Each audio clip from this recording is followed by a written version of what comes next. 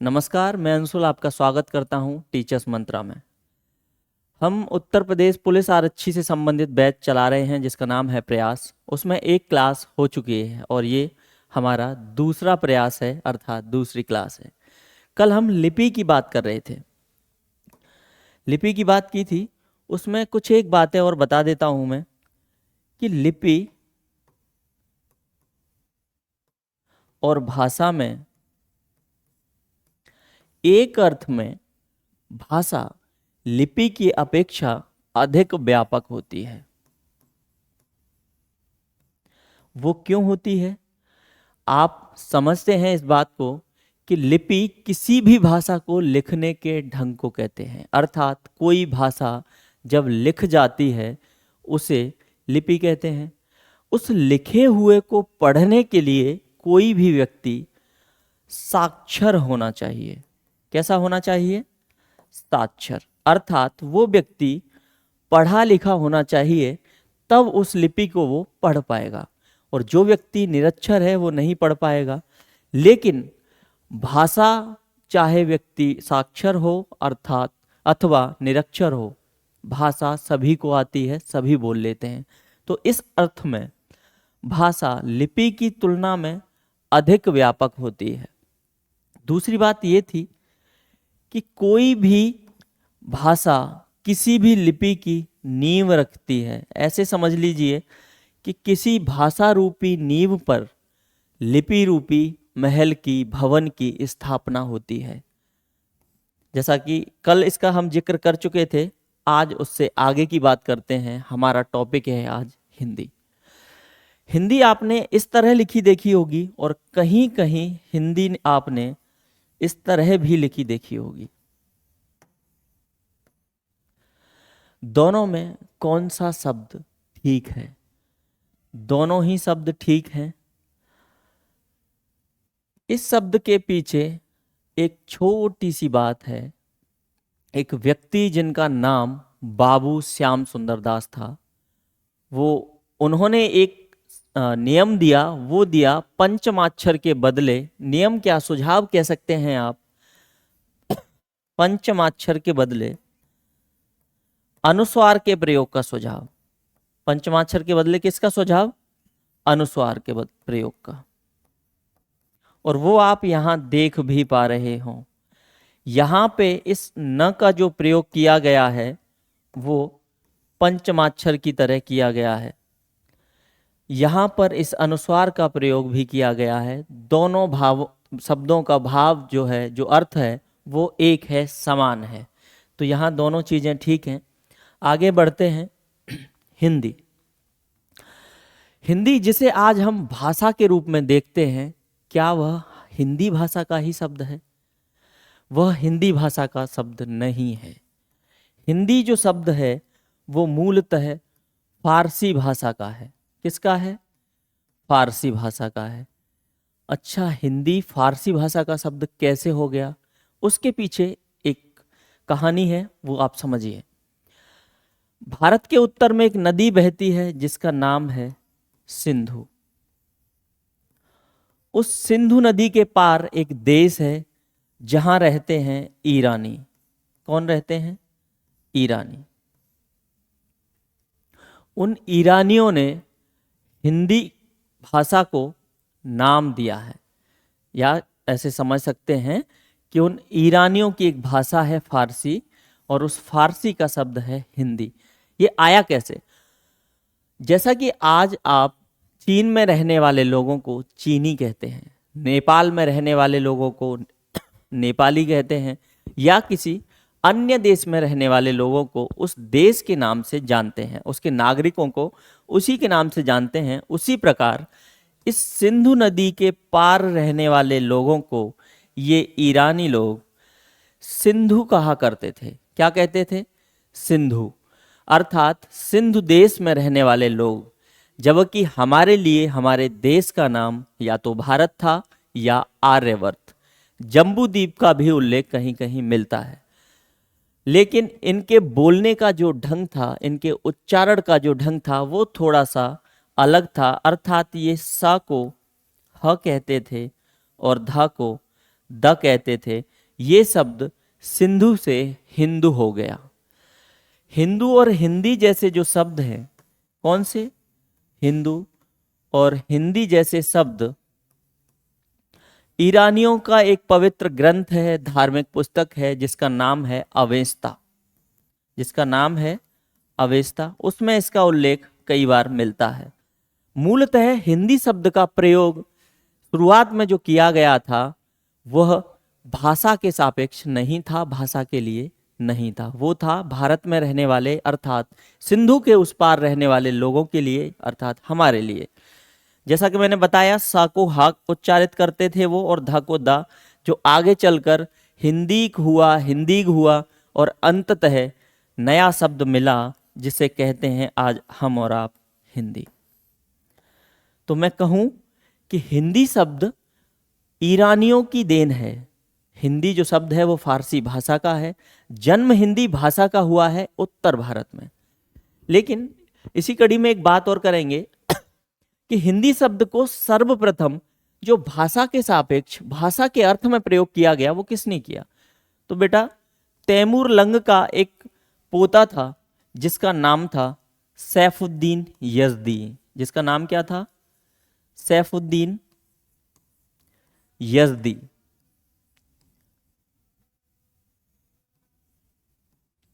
सैफुद्दीन यजदी, जिसका नाम कहीं कहीं सैफुद्दीन की जगह आपको सरफुद्दीन भी लिखा मिलेगा, वो एक ही बात है। उसकी एक कृति है जिसका नाम है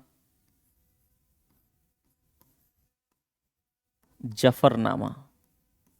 उस जफरनामा में हिंदी का सर्वप्रथम उल्लेख भाषा के अर्थ में मिलता है, वहाँ रहने वाले हिंदी भाषी लोगों के लिए नहीं मिलता। जैसा कि हमारे लिए फारसी भाषा का शब्द है, ईरानी लोग इस्तेमाल करते थे, वो अब भाषा के अर्थ में उसका प्रयोग होने लगा है। कुछ विशेष बातें और, जैसे हिंदी भारत की राज्य भाषा है ना। कुल 43% आबादी भारत की हिंदी भाषी है। कैसी है? हिंदी भाषी। 43% जो लोग हैं वो हिंदी बोलते हैं। अब आगे बढ़ते हैं, थोड़ा सा हिंदी भाषा के विकास की बात कर लेते हैं। ये तो बात रही कि वो शब्द कहाँ से आया, नामकरण कैसे हुआ, इस बात को भी थोड़ा सा ध्यान में रखेंगे। सैफुद्दीन यजदी का जफरनामा। आगे बढ़ जाते हैं। हिंदी के विकास का कुछ इस प्रकार क्रम है। माना जाता है कि हिंदी संस्कृत भाषा से आई है। संस्कृत भाषा धीरे धीरे परिवर्तित होती रही। जैसा मैंने पहली क्लास में बताया था कि भाषा का स्वरूप परिवर्तनशील होता है। भाषा उस नदी की तरह होती है जिसके बहाव को आप रोक नहीं सकते, और आप अगर रोकने का प्रयास करेंगे तो वो अपना एक और नया रूप धारण कर लेगी। सबसे पहले प्राचीन भारतीय आर्य भाषाओं की बात करेंगे। इस शब्द से शायद आप देख पा रहे हो, प्राचीन का मतलब होता है पुराना। भारतीय से आप समझते हैं भारत की, भारतीय से आप समझते हैं भारत की। किसकी? भारत की। आर्य, आर्य कौन थे? भारत में रहने वाले लोग जो स्वयं को आर्य कहते हैं, उनकी जो भाषा थी वो थी प्राचीन भारतीय आर्य भाषा। इसका जो समय है बेटा 1500 ईसा पूर्व से 500 ईसा पूर्व तक माना जाता है। इस काल में दो भाषाओं का विकास हुआ है जो संस्कृत की हैं। पहला है वैदिक संस्कृत, पहला है वैदिक संस्कृत, दूसरा है लौकिक संस्कृत।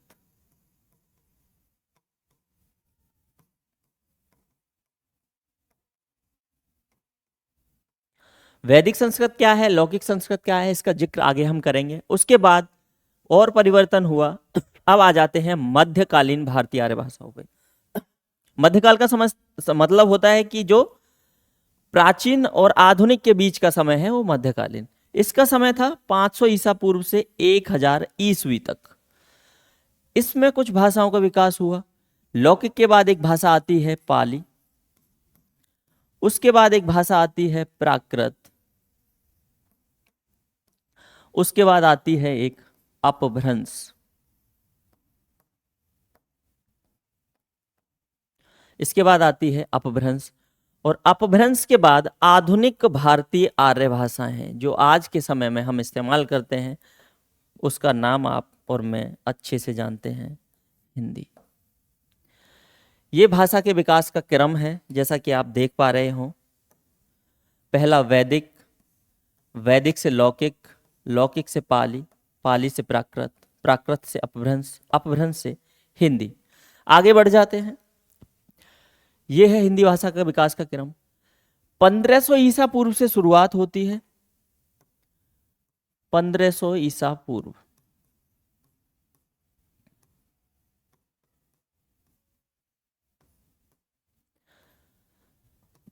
से 1000 ईसा पूर्व, ये इसका समय है वैदिक संस्कृत का। वैदिक संस्कृत की जो लिपि थी वो ब्राह्मी थी। कौन सी लिपि थी? ब्राह्मी लिपि में लिखी गई वैदिक संस्कृत। इसमें कुछ ग्रंथ लिखे गए हैं बेटा, जिसमें वेद हैं, जिसमें उपनिषद हैं, जिसमें ब्राह्मण ग्रंथ भी हैं, और भी हैं कुछ कुछ पुराण भी हैं। पुराण का नाम भी लिख देते हैं।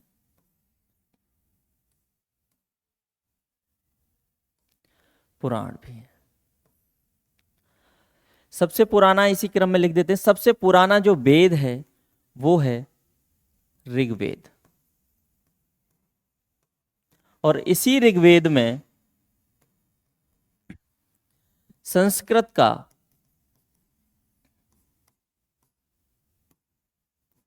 सबसे प्राचीनतम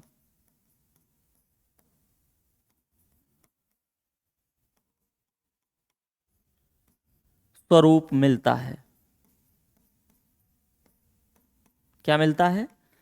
सबसे प्राचीनतम स्वरूप मिलता है किसका? संस्कृत का। किसमें? ऋग्वेद में। ऋग्वेद में अगर संस्कृत का सबसे प्राचीनतम स्वरूप मिलता है तो यहां आप समझ पा रहे होंगे कि उस समय ऋग्वेद की भाषा क्या होगी। उसके बाद आता है लौकिक संस्कृत। लौकिक संस्कृत का जो समय है वो है 1000 ईसा पूर्व से 500 ईसा पूर्व तक। 500 ईसा पूर्व तक। वैदिक संस्कृत नाम से समझ पा रहे होंगे, जिसमें वेद लिखे गए हैं।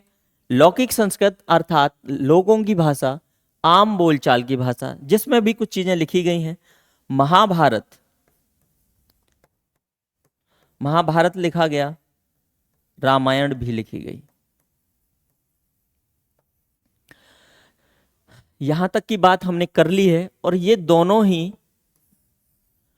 प्राचीन भारतीय आर्य भाषाएं, प्राचीन भारतीय आर्य भाषा से संबंध रखते हैं दोनों। आगे बढ़ जाते हैं। आगे बात करते हैं पाली की। वैदिक संस्कृत के बाद लौकिक, लौकिक संस्कृत का भी परिवर्तन हुआ किसमें? पाली में, जो 500 ईसा पूर्व से पहली सदी तक, इसका जो समय है 500 ईसा पूर्व से पहली सदी तक है। इसकी कुछ विशेषताएं हैं वो लिखेंगे। इसे प्रथम प्राकृत कहा जाता है। प्रथम प्राकृत या प्रथम देश भाषा, इसे प्रथम प्राकृत या प्रथम देश भाषा भी कहा जाता है। एक विशेष बात जो है, एशिया का प्रकाश पुंज अर्थात द लाइट ऑफ एशिया कहे जाने वाले महात्मा बुद्ध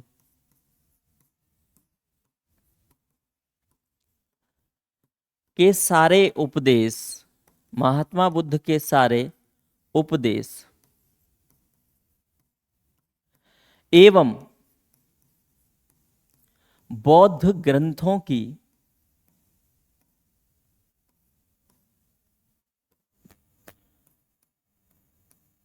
जो भाषा है वो पाली है।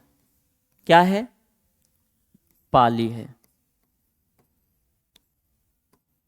बौद्ध ग्रंथों को आगम कहा जाता है, सॉरी माफी चाहता हूँ, पिटक कहा जाता है, जो त्रिपिटक त्रिपिटक है। उसके बाद आ जाते हैं प्राकृत पे। प्राकृत का जो समय है पहली ईस्वी या सदी से 500 ईस्वी तक, ये प्राकृत का समय है। इसे प्रथम प्राकृत कहा जाता है, तो इसे द्वितीय प्राकृत कहा जाएगा। क्या कहा जाएगा? द्वितीय प्राकृत, या शुद्ध प्राकृत भी इसे कहा जाता है। शुद्ध प्राकृत भी कहा जाता है इसको। महावीर स्वामी जो जैन धर्म से संबंध रखते हैं, उनके सारे उपदेश, महावीर स्वामी के उपदेश प्राकृत भाषा में है। किस में है? प्राकृत में। जैन धर्म के ग्रंथों को आगम ग्रंथ कहा जाता है, और जब महावीर स्वामी के उपदेश प्राकृत में है, तो आगम ग्रंथों की जो भाषा होगी वो भी साधारण सी बात है कि प्राकृत ही होगी। आगे बढ़ जाते हैं। इसके बाद आता है अपभ्रंश। अपभ्रंश का समय है 500 ईस्वी से 1000 ईस्वी। यहां इसमें कुछ विशेष बातें हैं जिनका जिक्र अभी हम करेंगे। अब तक हम देख रहे थे प्राचीन आर्य भाषाएं, मध्यकालीन और आधुनिक, जिसमें विकास का क्रम कुछ इस तरह से था। वैदिक संस्कृत के बाद लौकिक आई, अर्थात वैदिक संस्कृत नहीं रही, लौकिक संस्कृत हो गई। सभी लोगों की भाषा लौकिक हो गई। फिर पाली, पाली रही, फिर उसके बाद प्राकृत, उसके बाद आता है अपभ्रंश। लेकिन अपभ्रंश 7 भागों में हुआ है, अर्थात मैं कहूं तो अपभ्रंश के 7 भेद हैं। कितने भेद हैं? 7। अपभ्रंश के 7 भेद हैं, जहां से भारत की हिंदी और अन्य भाषाएं भी निकली हैं। अपभ्रंश के बारे में कुछ लिख देते हैं। अपभ्रंश का वाल्मीकि कहा जाता है स्वयंभू को। स्वयंभू को अपभ्रंश का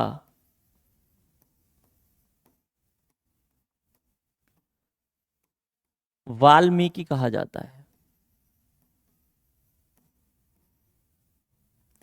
वाल्मीकि कहा जाता है।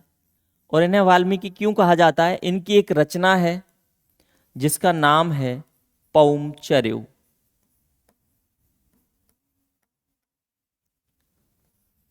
और इस चर्यु का जो मतलब है वो है चरित्र, अर्थात इन्होंने किसी का वर्णन किया है, किसी राजा का वर्णन किया है। अगला एक पॉइंट है, अपभ्रंश का पहला जो काव्य है लिखा गया है अपभ्रंश में, वो है भविष्यत कहा।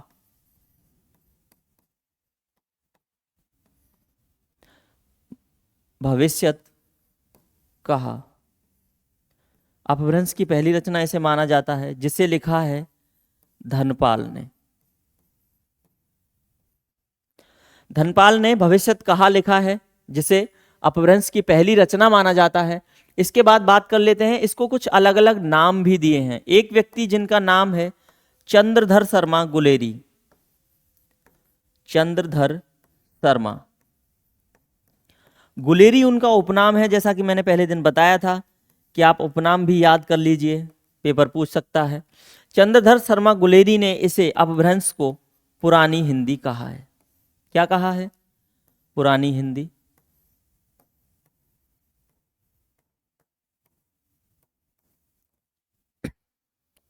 चंद्रधर शर्मा गुलेरी ने।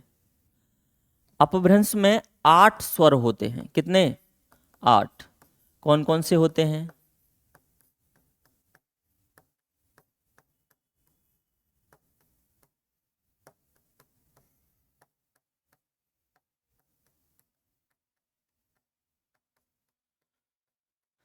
अपभ्रंश में 8 स्वर माने गए हैं, जिसमें अ, आ, ई, छोटा ऊ, बड़ा ऊ जिसे कहते हैं, छोटी ए और बड़ी छोटी ओ। आगे बढ़ जाते हैं। जिस तरह मैंने बात करी थी अभी कि अपभ्रंश के भेद कितने होते हैं, 7, उन पे चर्चा कर लेते हैं। पहला भेद है अपभ्रंश का सौरसेनी। सौरसेनी अपभ्रंश, ये बहुत महत्वपूर्ण है, यहां से कई बार प्रश्न पूछा गया है और उस प्रश्न का जो आशय है पूछने का वो ये है कि इस सौरसेनी अपभ्रंश से ही हमारी हिंदी का विकास हुआ है। पहली भाषा है राजस्थानी। राजस्थानी भाषा में 4 बोलियां निकली हैं। पहली बोली है जयपुरी।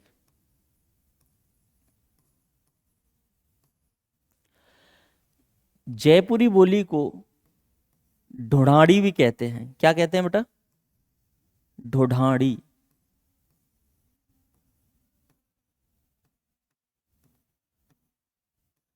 या हाड़ौती भी कहते हैं। ढोढ़ाड़ी या हाड़ौती जयपुरी बोली को। दूसरी बोली है मारवाड़ी। कौन सी है, मारवाड़ी। राजस्थानी में 4 बोलियां हैं जिनमें 2 का जिक्र कर चुके हैं, जिनका 2 उपनाम भी हैं जयपुरी के, हाड़ौती और मारवाड़ी। अगली है मेवाती और चौथी है मालवी। ये 4 बोलियां हैं राजस्थानी भाषा की। इसमें कुछ बातें और जोड़ लीजिए। पहला तो ये कि जयपुरी बोली को पूर्वी राजस्थानी कहा जाता है।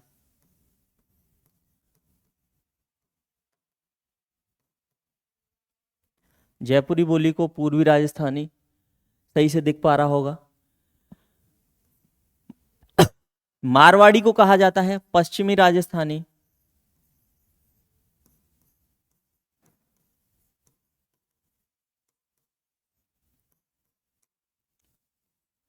मेवाती को कहा जाता है उत्तरी राजस्थानी।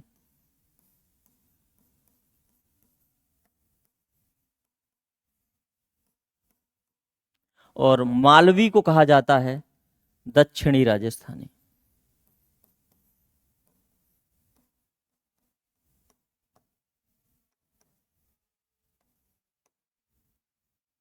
दक्षिणी राजस्थानी किसको कहा जाता है, मालवी को। ठीक है, आगे बात करते हैं पश्चिमी हिंदी की। गुजराती में एक ही भाषा होती, एक ही बोली, भाषा एक ही बात है, गुजराती। पश्चिमी हिंदी में 5 बोलियां हैं जिनका अभी हम जिक्र करेंगे।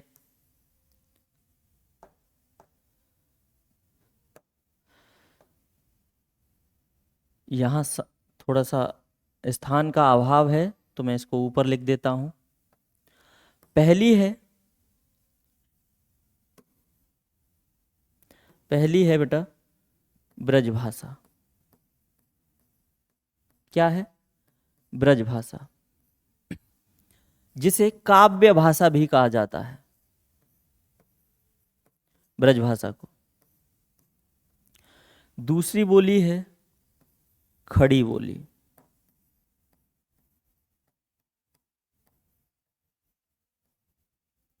तीसरी बोली है बुंदेली। चौथी बोली है कन्नौजी।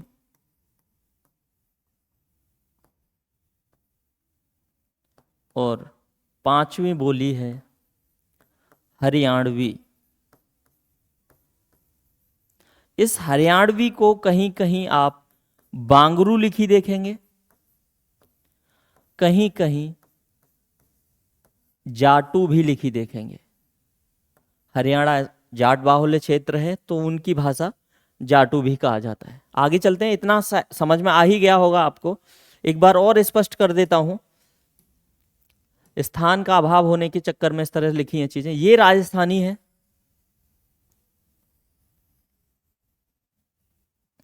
राजस्थानी की 4 बोलियां हैं, जयपुरी, मारवाड़ी, मेवाती और मालवी। जयपुरी को पूर्वी राजस्थानी कहा जाता है, मारवाड़ी को पश्चिमी राजस्थानी कहा जाता है, मेवाती को उत्तरी राजस्थानी कहा जाता है और मालवी को दक्षिणी राजस्थानी कहा जाता है। जयपुरी के कुछ उपनाम भी हैं जो सामान्यतः स्थानीय नाम जना कह सकते हैं, उन्हें इसे ढूढ़ाड़ी या हाड़ौती भी कहा जाता है। क्या कहा जाता है? ढूढ़ाड़ी या हाड़ौती। आगे चलते हैं, आगे है अर्धमागधी। अर्धमागधी में एक हिंदी आती है पूर्वी हिंदी। पूर्वी हिंदी में 3 बोलियां हैं। पहली बोली है अवधी। अवधी जो अयोध्या क्षेत्र की बोली है, कहां की है? अयोध्या की। दूसरी है छत्तीसगढ़ी।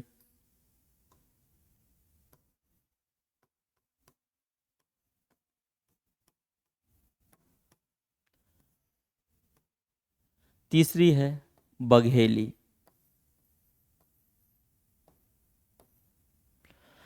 अवधी, बघेली, छत्तीसगढ़ी, ये तीनों ही बोलियां अर्धमागधी अपभ्रंश से निकली हैं। किससे निकली हैं? अर्धमागधी अपभ्रंश से, जो पूर्वी हिंदी की बोलियां हैं। आगे बढ़ जाते हैं, मागधी अपभ्रंश। क्या है? मागधी बिहार का एक क्षेत्र है, मगध जिसे कहते हैं। उसी मगध से शब्द आया है मागधी, जिसमें 4 भाषाएं आती हैं। एक भाषा है बिहारी वर्ग, जिसमें कुछ बोलियां हैं बिहारी वर्ग की, एक उड़िया, एक बांग्ला, एक असमिया। ये तीनों आप समझते हैं। उड़िया उड़ीसा की है, बांग्ला पश्चिम बंगाल की है और असमिया असम की है। अब बात कर लेते हैं बिहारी वर्ग की। बिहारी वर्ग में कुल मिलाकर 3 बोलियां आती हैं।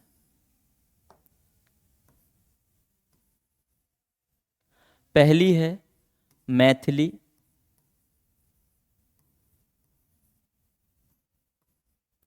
दूसरी है मगही, तीसरी है भोजपुरी। तीसरी क्या है? भोजपुरी। मगही, मैथिली और भोजपुरी। मैथिली एक मिथिला प्रदेश पड़ता है बिहार में, वहां की है। मगही मगध में आपको बता ही चुका हूं। भोजपुरी आप बहुत अच्छे से समझते होंगे। भोजपुरी अपने आप में एक जहां पे फिल्में बनती हैं, वो भी एक इंडस्ट्री है। आगे बढ़ जाते हैं, पैसाची अपभ्रंश। पैसाची, पैसाची अपभ्रंश में पंजाबी और एक भाषा और है जिसे लहंदा कहते हैं। लहंदा, पंजाबी और लहंदा भाषा पैसाची अपभ्रंश से निकली है। ब्राचर से निकली है सिंधी। महाराष्ट्री से मराठी भाषा निकली है, जो महाराष्ट्र की भाषा है। आगे खस, खस अपभ्रंश से पहाड़ी वर्ग निकला है और पहाड़ी वर्ग 3 भागों में विभाजित है, जिसके बारे में थोड़ी चर्चा कर लेते हैं हम। पहला है पूर्वी पहाड़ी।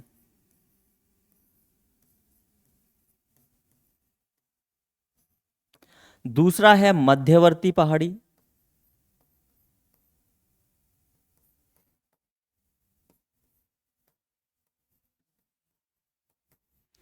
और तीसरा है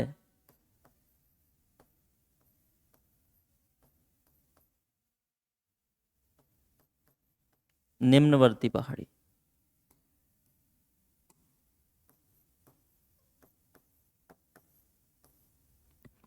मध्यवर्ती पहाड़ी में 2 भाषाएं हैं। पूर्ववर्ती पहाड़ी की एक भाषा है नेपाली। इसमें आती है उत्तराखंड की भाषा है गढ़वाली,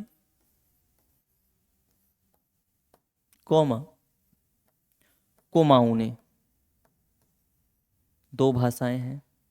अब तक हम 7 अपभ्रंश पे चर्चा कर चुके हैं, जैसा कि आप देख पा रहे हैं।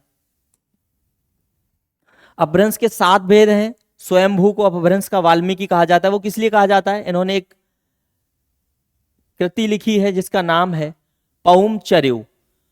भविष्यत कहा एक अपभ्रंश की पहली रचना है जिसे धनपाल ने लिखा है। चंद्रधर शर्मा गुलेरी ने अपभ्रंश को पुरानी हिंदी कहा है। अपभ्रंश में 8 स्वर होते हैं। एक और बात लिख लीजिए इसमें, अपभ्रंश का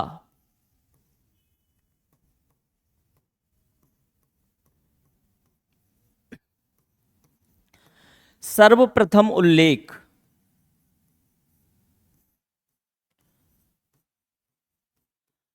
अपभ्रंश का सर्वप्रथम उल्लेख पतंजलि के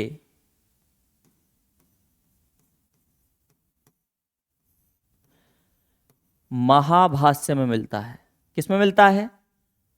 महाभाष्य में। पतंजलि की एक रचना है महाभाष्य, उसमें अपभ्रंश का प्रथम उल्लेख मिलता है।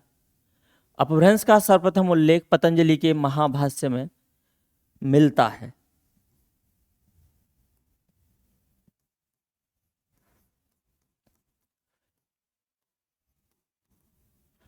ठीक है, आगे बढ़ते हैं। सौरसेनी अपभ्रंश जो पहला अपभ्रंश था जिसमें से 3 भाषाएं निकली हैं। राजस्थानी की 4 बोलियां हैं। जयपुरी को ढूढ़ाड़ी या हाड़ौती भी कहते हैं जो पूर्वी राजस्थान में बोली जाती है। मारवाड़ी पश्चिमी राजस्थान में बोली जाती है। मेवाती उत्तरी राजस्थान में और मालवी दक्षिणी राजस्थान में बोली जाती है। गुजराती आप समझते ही हैं। पश्चिमी हिंदी हमारे लिए बहुत आवश्यक है, बहुत महत्वपूर्ण है, बहुत विशेष है। पश्चिमी हिंदी में हमारी 5 बोलियां हैं। पहली ब्रजभाषा जिसे काव्य भाषा भी कहा जाता है। दूसरी खड़ी बोली जो हिंदी की दृष्टि से बहुत महत्वपूर्ण है। वो इसलिए क्योंकि हिंदी की मानक भाषा का जो दर्जा प्राप्त है वो खड़ी बोली को प्राप्त है। मानक भाषा क्या होती है ये उस दिन चर्चा कर चुके हैं, दोबारा से बता देता हूं। जिसमें हमारे जो भाषा संस्कृत व्याकरण द्वारा परिनिष्ठित या परिष्कृत कर दी जाती है वही मानक भाषा का स्वरूप ले लेती है। शासन की जो भाषा होती है वो मानक होती है। समाचार पत्रों की जो भाषा होती है वो मानक होती है। शैक्षिक सामग्री में प्रयोग होने वाली भाषा मानक होती है, वही मानक भाषा है, उसी का प्रयोग हम करते हैं। खड़ी बोली को हिंदी की मानक भाषा का दर्जा प्राप्त है। किसका है? मानक भाषा का। खड़ी बोली को